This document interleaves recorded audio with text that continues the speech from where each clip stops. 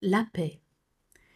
La paix est un sentiment qui semble impossible dans un premier temps à avoir accès, et que malgré tout, chacun d'entre nous recherche à certains moments. Nous avons besoin de nous retrouver avec nous-mêmes, loin du tumulte de ce monde. Ce sentiment de paix est un sentiment qui nous remplit et qui repousse dans nos espaces intérieurs les préoccupations de ce monde. Alors j'utilise le mot rempli pour soutenir la réalité que nous sommes des contenants, des récipients, et que, à défaut d'éduquer notre esprit, nous cherchons à remplir cet espace que nous pensons être vide par des choses inutiles ou nocives. Le stress de la vie, nos peurs, la colère et d'autres sont des sentiments auxquels nous nous identifions et attachons la perception de ce que l'on est à cette certitude. Oh, combien nous nous limitons.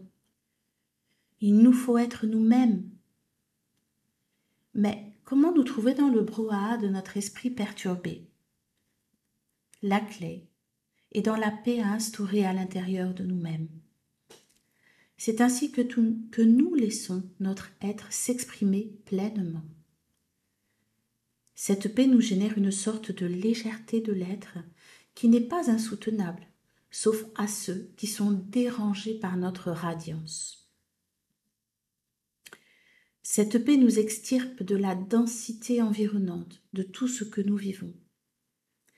Elle remplit les moindres recoins de notre être dans le silence et contacte toutes les aspérités qui nous composent.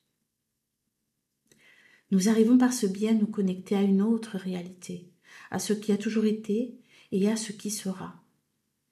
La paix nous ouvre un vrai chemin sur l'instant présent et facilite notre connexion à des plans plus subtils de la création. C'est ainsi qu'émergent les plus grandes idées, des fulgurances qui répondent à des interrogations. Il est extrêmement important de cultiver ce sentiment et d'apprendre à le faire grandir un peu tous les jours jusqu'à lui laisser une entière place. C'est la paix de l'esprit. L'amour de soi, l'amour des autres, ainsi peut fleurir. Le sens du collectif peut grandir car nous connectons ainsi à une réalité plus élevée. Il n'y a rien de plus important que de préserver cette paix pour qu'elle trouve un chemin et qu'elle apaise le tumulte des pensées créées collectivement. Alors soyons des artisans de cette paix. Merci pour votre écoute et nous nous retrouvons très vite pour un prochain podcast. Et n'oubliez pas, brillez, brillez comme jamais.